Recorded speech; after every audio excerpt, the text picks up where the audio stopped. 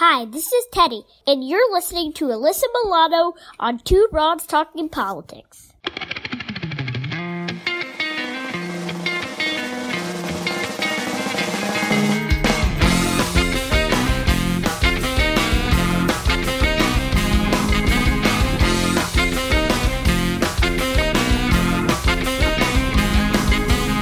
Are you listening? Hey everyone, this is Kelly with Two Broads Talking Politics. I'm on with my co-host Sophie. Hey Sophie. Hey there, Kelly. And joining us today is a special guest who we've been working on getting on here for quite a while. We have actress and activist Alyssa Milano. Hi Alyssa. Hi, I'm so happy to be here. I'm such a huge fan of the podcast. Thank you. So I introduced you as activist, actress. I could also say podcaster because you have your own podcast now as well. Yeah, I do. I have a podcast called Sorry Not Sorry, which is just a bunch of cool people having really unapologetic conversations about, the things that are affecting our country and humanity at large. It's very exciting. I'm very, very proud of what we're doing. Yeah. It's an awesome podcast, and it's got an awesome name. I'm actually pretty jealous. It's funny. My best friend, Allah, I sent him like this whole list of names for potential names for the podcast. And he was like, no, I don't like any of those. How about just Sorry Not Sorry? I was like, oh, okay, that's so much better than the ones that I've been working on for the past 10 days, racking my brain. It's like, how about this? And I guess it kind of has special meaning because he named it, so that's cool. So I know you've told this story before, but for people who haven't heard it, can you talk about your when you were a teenager, sort of your first taste of activism? Yeah, sure. So it was during the 80s, and I was on a show called Who's the Boss, which was a top 10 show at the time. And, we have to remember, at that time, there were only really 3 networks. I don't even think Fox was on yet. So, a top 10 show meant 30 million viewers a week. It was a big, big, big deal. Because people didn't have the options of watching, streamers and cable network. And so I became sort of like a teen pop icon.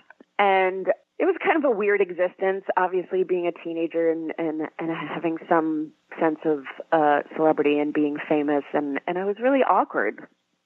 It was a tough thing to navigate as a young person. And one day I got a phone call from Elton John, just to give you a little idea of how crazy my life was. And this was during the time when he was doing a lot of work for AIDS and really advocating. And, it was also the time when during, the 80s, there was a lot of stigma attached to having HIV/AIDS. And basically, the government, those with different ideologies, basically fed into every fear that we had about what this disease could potentially be and how you get it. And it was just really horrible. Elton introduced me to a little boy named Ryan White. And Ryan was HIV positive, and he'd been thrown out of his school because they said that, he could give AIDS just from casual contact. And he fought for his right to go back to school and won, and he spoke in front of Congress, and he really started to really shift this narrative around what it meant to be HIV positive. And he had asked me one day if I would go on TV and kiss him on TV to prove that you could not get HIV/AIDS from casual contact. And so at the height of, my sort of popularity and the height of the stigma surrounding HIV/AIDS, I went on the Phil Donahue show and kissed Ryan to prove that you could not get HIV/AIDS from casual contact. And it was a monumental thing for me because it really put in perspective what it meant to be an actor and to have a platform. And from that moment on, I knew that this is what I wanted to do and that I was going to use my voice in whatever way I could and whatever opportunities I had to affect positive change. And so that's when it happened. Obviously, with social media, it's taken on a whole new life, because it used to be, and this is true with most actors, that you had to wait to talk about things that were important to you until you had a project that you were doing press for. You couldn't create your own story like you can now with social media. So, I think that my activism is a lot more, people are a lot more aware of it because of social media and the fact that we can create our own narratives and use our own platforms at any chance that we get, not just when we're given the opportunity by the media or the press.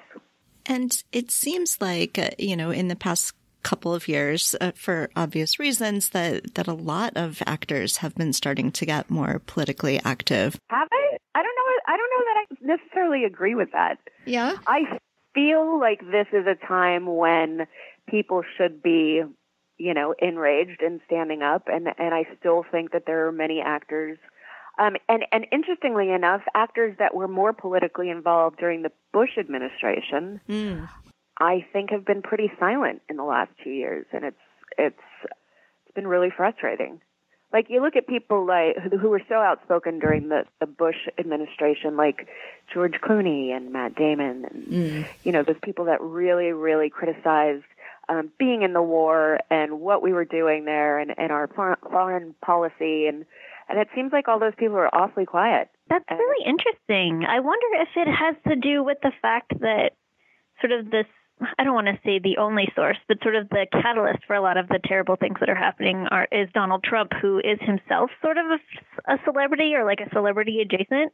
Yeah, I think because the country is so divided, people are really fearful in my industry of losing maybe part of their audience or part of their fan base, which I hope that if anything, people within my industry can look at my advocacy work and see that you can still have an opinion and a voice and a career.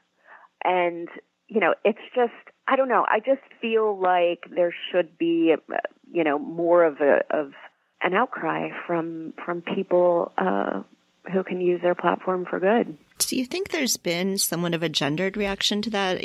Notably, the people you were talking about just now are men. A lot of the people that I think of as being active now, largely, but also among actors, are women. Do you get that sense as well?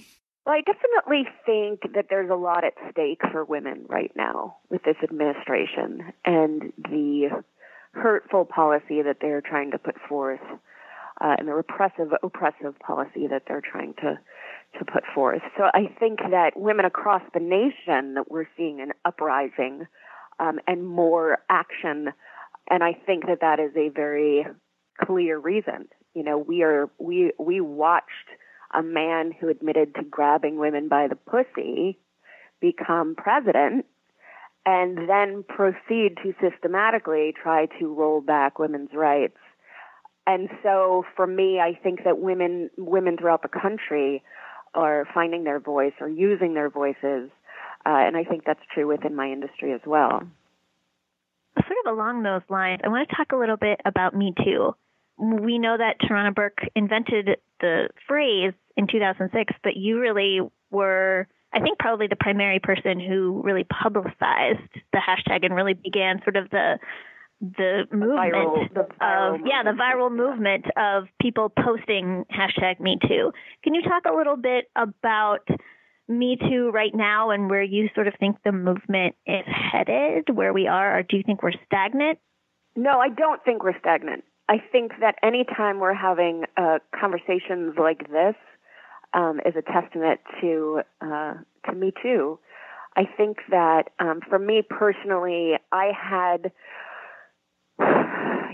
spent a good part of 2 weeks being completely obsessed with the Harvey Weinstein story and how just horrible it was. And, it affected my circle, in many different ways, not only just knowing many of his victims, but also being a friend of his wife, his ex-wife now, obviously. And so for me, I was really struck by the fact that every time you turned on the news, what you heard was how damaging this was to him and how his career would never be the same, and the money he was losing, and the projects he was losing, and what was going on with his board. And we really were ignoring what was happening with the victims. And so when, Charlotte Clymer was the one that actually sent me the screen grab of the screen grab that I put in the initial tweet. And Charlotte Clymer is a trans activist and just an amazing woman. And she said, this is floating around Facebook. I don't know if you want to do anything with it. And so I thought, I was in bed with my daughter. We were in Atlanta. I was shooting the first season of Insatiable. I literally have tears streaming down my face because I'm looking at her thinking, how do I protect this pure, innocent, beautiful child from misogyny, from sexual assault, from these issues that seem so, so prevalent in our society, these issues against women and women's rights and women and boundaries. And I was like, you know what? I'm just going to put out a tweet. And I put out a tweet. The original tweet, if you actually look at it, didn't have the hashtag Me Too. That was something that the users took on and created themselves, which I think is always the case with things that go viral. It starts as, you plant the seed, and then the community sort of makes it evolve into something that's more tangible. And so that's basically what happened. And I went to sleep. And the tweet did not go to sleep. By the time I woke up, it was 8 hours later, and there were 53,000 replies. And within, 24 hours, it had been used 12 million times. And within 3 days, it was in 85 different countries and 85 different languages. And in its purest sense, the intent was to allow women to stand in solidarity, to show that this was a very prevalent issue, but also to not have to name names or get into details about our own sexual harassment or assault or abuse, but really just to say, yeah, this is a big issue.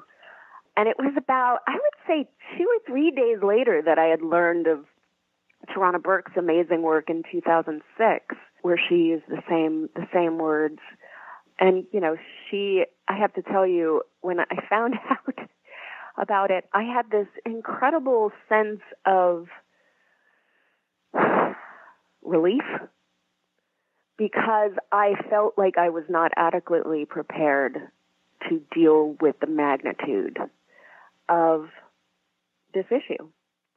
And here is this angel, this woman, this incredible woman who had dedicated her life to transport victims into survivors, and to do so through empathy. And, I was very, very grateful. I reached out to her, and still to this day, we work very closely together.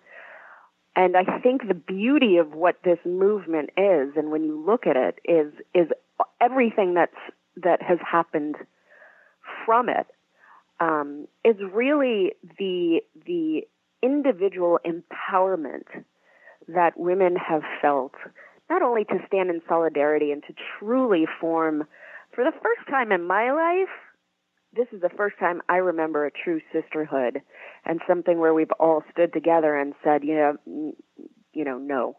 So in my lifetime, this is the first time that this has happened. Certainly it's reminiscent of my parents' generation and my mom fighting for her right to choose, or fighting for the Equal Rights Amendment. But in my generation, this felt like the first time where we actually were cognizant of the misogyny, the sexism, as a collective group. And what we were able to do is take that collective pain and transform it into collective power. And what that enabled was for groups like Time's Up to be born, and to give all of these incredible organizations that had already been doing this work, more support.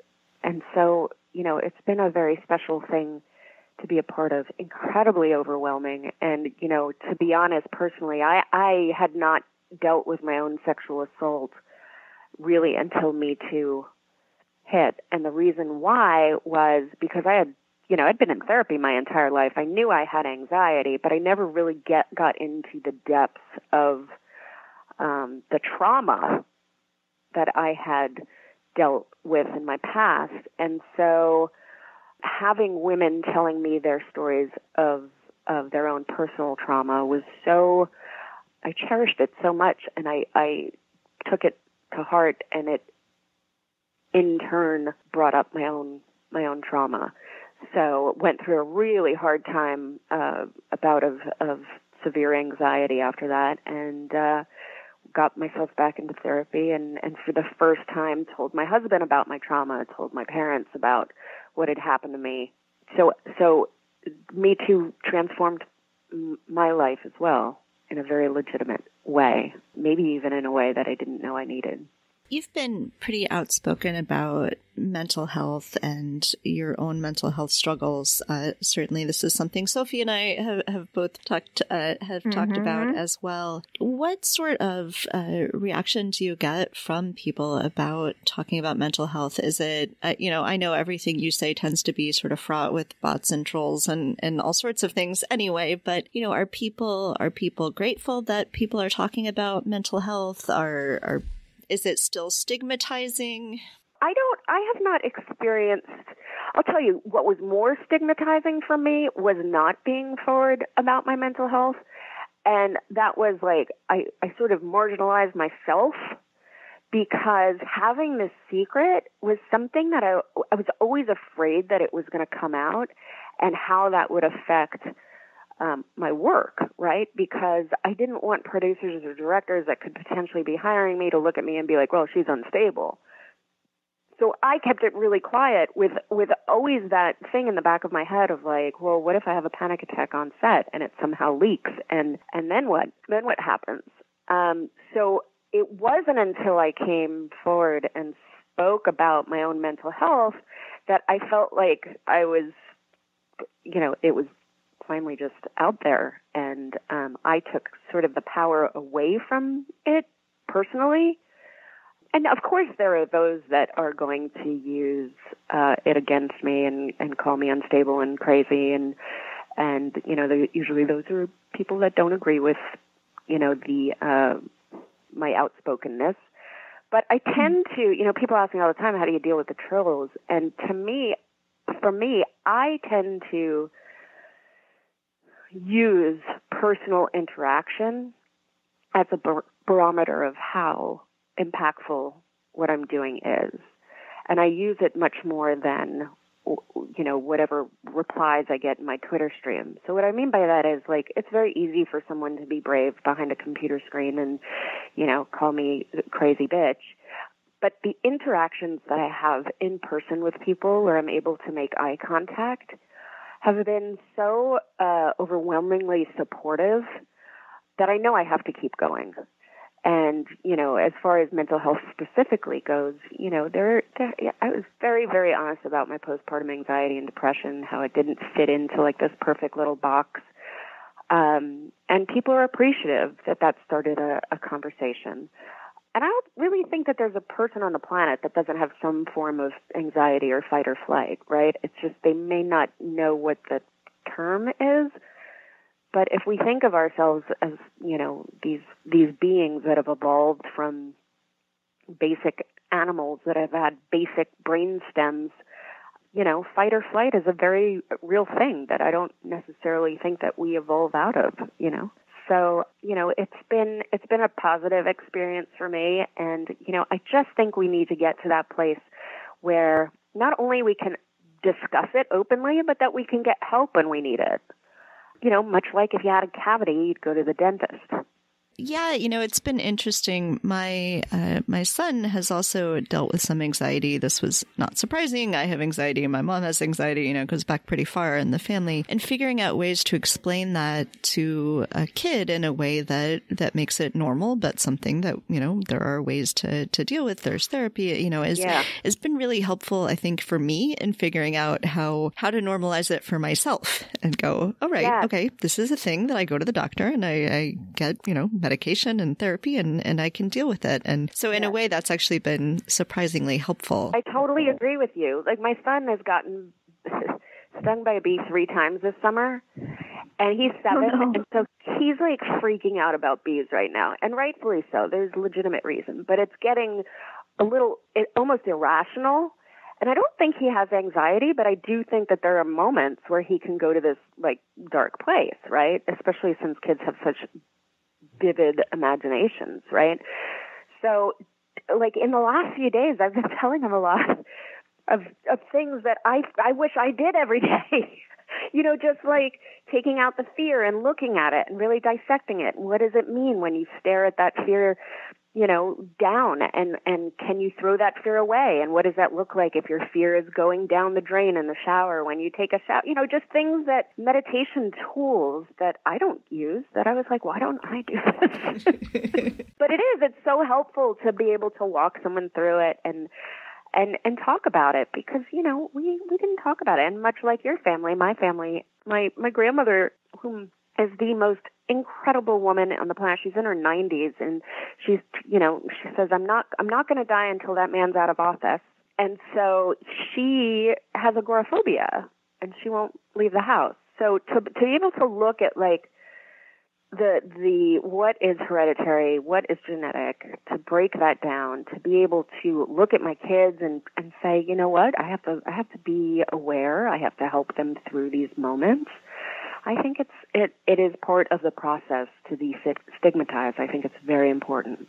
So you mentioned earlier the Equal Rights Amendment. That's something that you have been very active on, you know, have gone to Congress for hearings. I'm still not sure that everyone even knows what the Equal Rights Amendment is and the history of it. Could you talk a little bit about it and why people should care about it? Sure. Well, Alice Paul wrote the Equal Rights Amendment around the same time that she wrote the 19th Amendment, which granted us our right to vote. It didn't pass until 1972. And basically what it says is it's an amendment for the Constitution that says that people cannot discriminate on the basis of sex. And that's it. It's a very, very, very simple amendment. And, you know, people say all the time, well, we have the 14th Amendment. Why do we need the Equal Rights Amendment? And, you know, Justice Scalia himself has said that the 14th Amendment does not also cover women. But also, just from a logical standpoint, the 14th Amendment was clearly written before the 19th Amendment. The 19th Amendment granted us our right to vote, so clearly they weren't talking about equality when they wrote the 14th Amendment. And so in 1972 it passed, and it needed to have 38 states ratified in order to put it in the Constitution. And they gave it this arbitrary 10-year timeline. So by the time 1982 came around, we only had 35 states. And then something really crazy happened. It kind of just went away, and then Trump was elected. And all of a sudden, out of the clear blue sky, Nevada, much to the credit of Pat Spearman, who's just amazing, ratified. And then something else happened.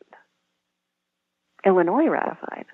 And so now we're at 37 right now. We only need one more state to ratify to reach the 38th state. And then what happens, right? Because there's this arbitrary timeline. So there's a bill that Congresswoman Spear has put forth, which is the hearing that I went to, that basically says there were no other timelines in any amendment in the Constitution. Let's lift this timeline so that when we get this 38th state, which it looks like it might be Virginia, that we could pass an Equal Rights Amendment and enshrine the rights of women's protections in the Constitution. And so my interest was piqued in this. I mean, I remember hearing about it when I was young, but I kept getting this question after Me Too went viral, which was, well, what next? What happens next? And in all my research, everything had sort of fallen under this umbrella of that women are not protected in the Constitution, which is crazy. And by the way, there is no other industrialized country in the world that does not have women specifically in their constitution. So, to me, if we pass the Equal Rights Amendment, and we get this done. And I'm just so thrilled to hear, candidates talking about this during the debates. We had 3 separate candidates talking about the Equal Rights Amendment and passing the Equal Rights Amendment. I think that this takes care of a lot of the issues that we face, not only just with pay inequality, but, real specific things like family leave. I think, and even though the Equal Rights Amendment advocates would probably try to persuade me from talking about this because they don't want to make it an abortion issue, but I do think that we could legislate protection of choice based on the Equal Rights Amendment. So there's a lot that we are facing. And plus, just this idea that we're not in the Constitution, I think projects this perception of less than.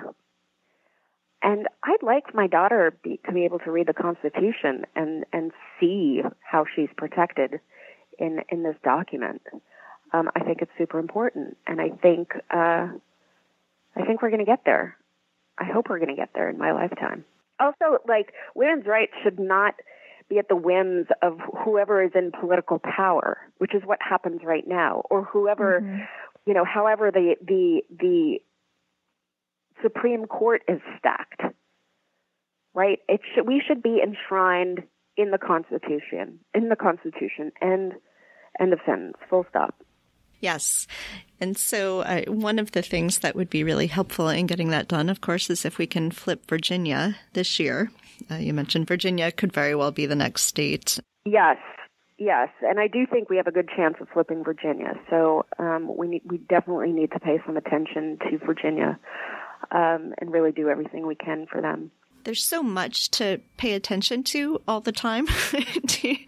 I mean, I know I, for one, find myself getting pulled in a bunch of different directions, start going, oh, I'm going to advocate for the ERA, and oh, that means Virginia, and oh, wait, I also need to do this thing. Do you feel that too, that you're sort of pulled in a million different directions for advocacy because everything is so terrible with this administration? Interesting, because I'm an ambassador for UNICEF. I have been since 2003, and I've gone on lots of field visits in developing nations throughout the world. And, we go on these very intense field visits where, we're vaccinating and we're making sure kids are getting the right proper nutrition, and we're going and walking in active minefields. And for however long that trip is, you're really just diving into the depths of what war looks like, of what malnutrition looks like, and they're really, really hard trips. I have felt like the last 2 years is a 2-year field visit in my own country.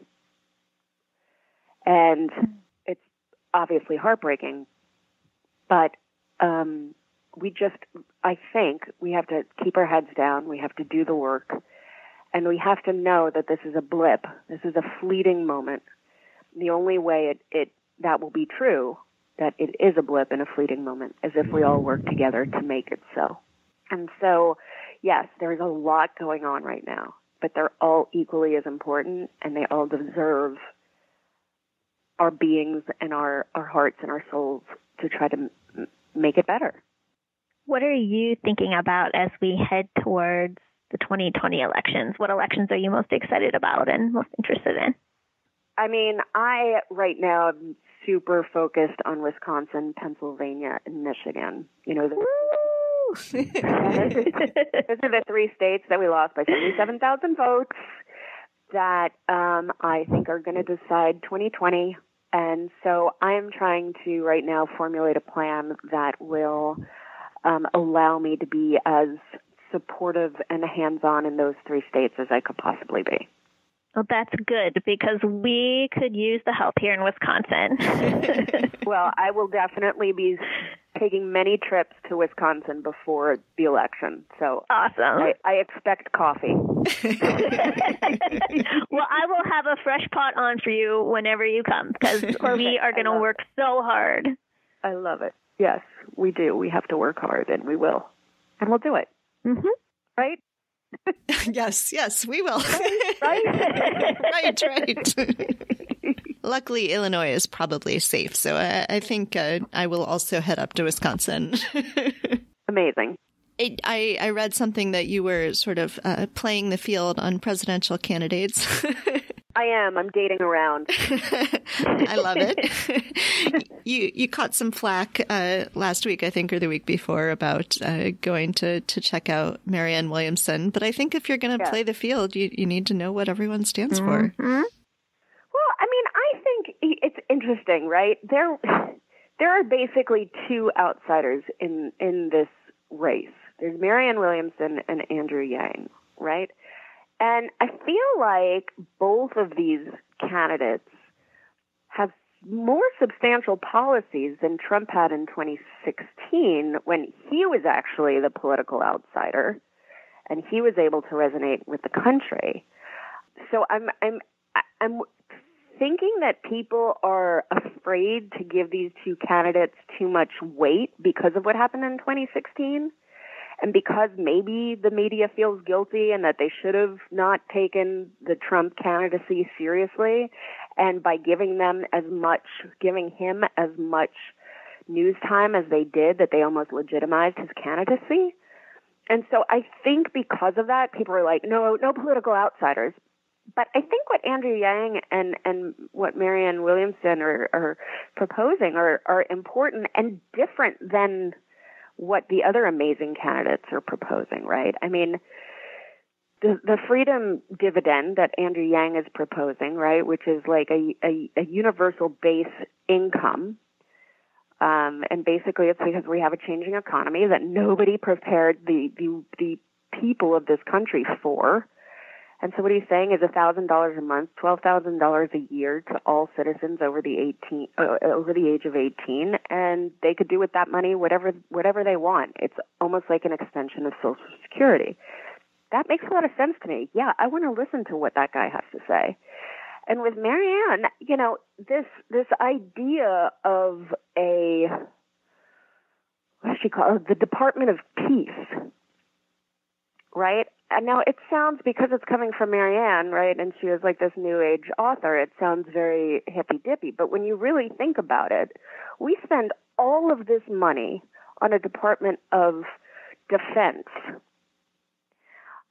We spend all of this money on Homeland Security. We spend all of this money on weapons and wartime economy and what that means. Why don't we have a completely separate division of the government that focuses on peace?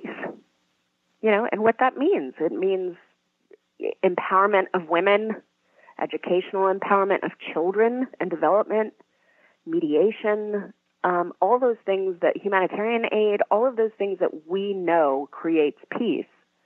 You know, so we have these two political outsiders that have some really good ideas, and then when we compare them to the bozo that's in office now, who is like, yeah, I don't know how I'm going to do it. I'm just going to hire the best people. I'm going to hire the best people. That's the only answer he had for everything, and he was embraced not only by the media but also by, you know, he resonated with people. So that's how I feel about those two outsiders, and I'm going to give them a fair shake because I think it's important. And also, like the monotony of how politicians speak and their talking points and their policies, which basically are all the same. To me, the reason why Trump was elected is because he spoke like an American person. He spoke to American people that had been forgotten, that nobody was listening to. And, you know, we have to be very mindful of that. And we have to be mindful of the fact that we as Democrats tend to get spiraling into a political jargon that may not resonate after Trump, that may seem like sound bites and talking points after Trump, because if he is anything, it is authentic to himself and his, you know, lack of knowledge. Yeah, I think there was something about the 2016 election, not just the end result, but the way the whole thing played out on really both sides that has gotten people so scared of the primary process, which really in a lot of ways should be a good thing, right? It should be a great thing that we get to hear from a bunch of different people and we get to pick the best ideas from everybody and then we come together. Yeah.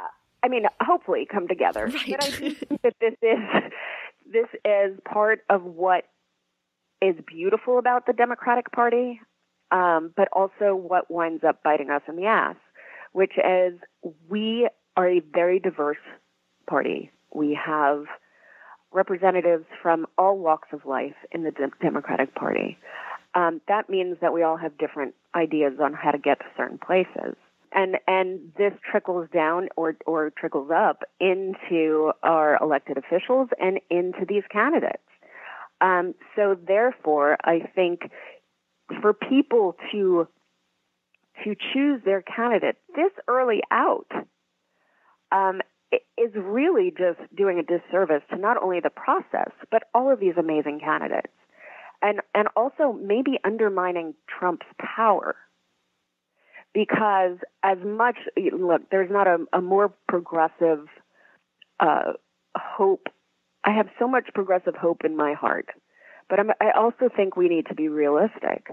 We need to elect someone to be our candidate frontrunner that's going to be able to beat this guy.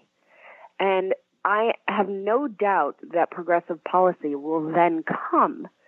But I don't think it's the first step. I think the first step is to really weigh our options, look at the phenomenon that is Trump, and figure out who's going to be able to beat that phenomenon. Right?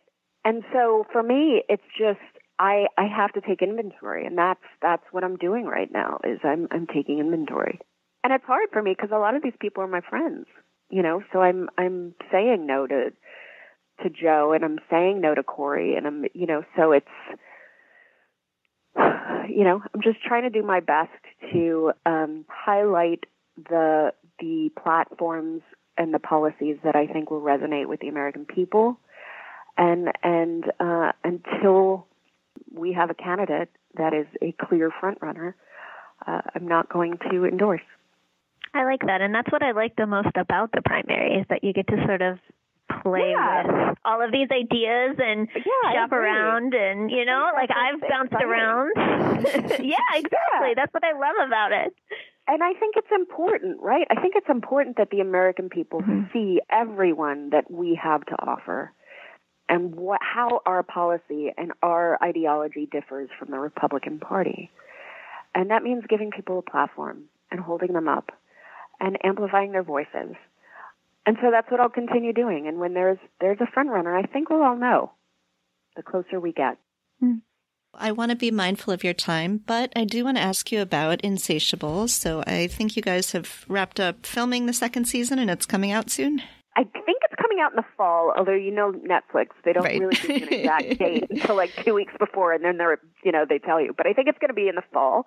Yes, and we just finished season 2. And, what a wonderful experience that has been, especially when you hear, in your 20s, when you're an actress in this business, you hear a lot of save your money because once you hit 40, the roles become slim. And I have to tell you that I've experienced the exact opposite. I turned 40 and I found that the roles are so much more fearless and fulfilling and creatively unique. And maybe that's just where I am in my life right now, but it's been such a pleasure and an honor to play Coralie, someone that's so completely different than who I am, down to, the way she gets her nails done, and the way she looks, and the way she walks, and the way she talks. It's been truly a fulfilling experience. And to shoot in Atlanta, where there's a lot of good trouble to get into these days, to say the least. Yes. So it's been great. It's been a really wonderful experience. Great. Well, we're looking forward to the second season. I think it's a really fun show and, keeps going in unexpected directions. So it'll be fun to see where it goes in the second season. It definitely will not disappoint you in season 2 if that's what you like to bet in. without giving too much away. Yeah, I'm proud to be a part of that show. And with all of the crazy backlash that we got from that initial trailer, I think that, it being in the top 10 most downloaded shows of 2018, I think people gave it a shot, which is great, and realized that it was more than that 90 minutes that Netflix put out. Yeah, no, it's a much deeper show than I think people realized at first, and it's fun to sort of peel the different layers of it. Oh, I'll tell Lauren Gussis, our showrunner, that you said that. It'll mean so much to her, because that's what she prides herself on, is really giving the characters and the storylines and the dynamics between the characters a weight, substance. All right. Well, is there anything else that we should make sure to talk about? Anything going on in politics these days? I mean, not really. It's been kind of a slow couple of years. I mean, we just all have to keep fighting together, and, our voice is stronger if we're all together and unified. So.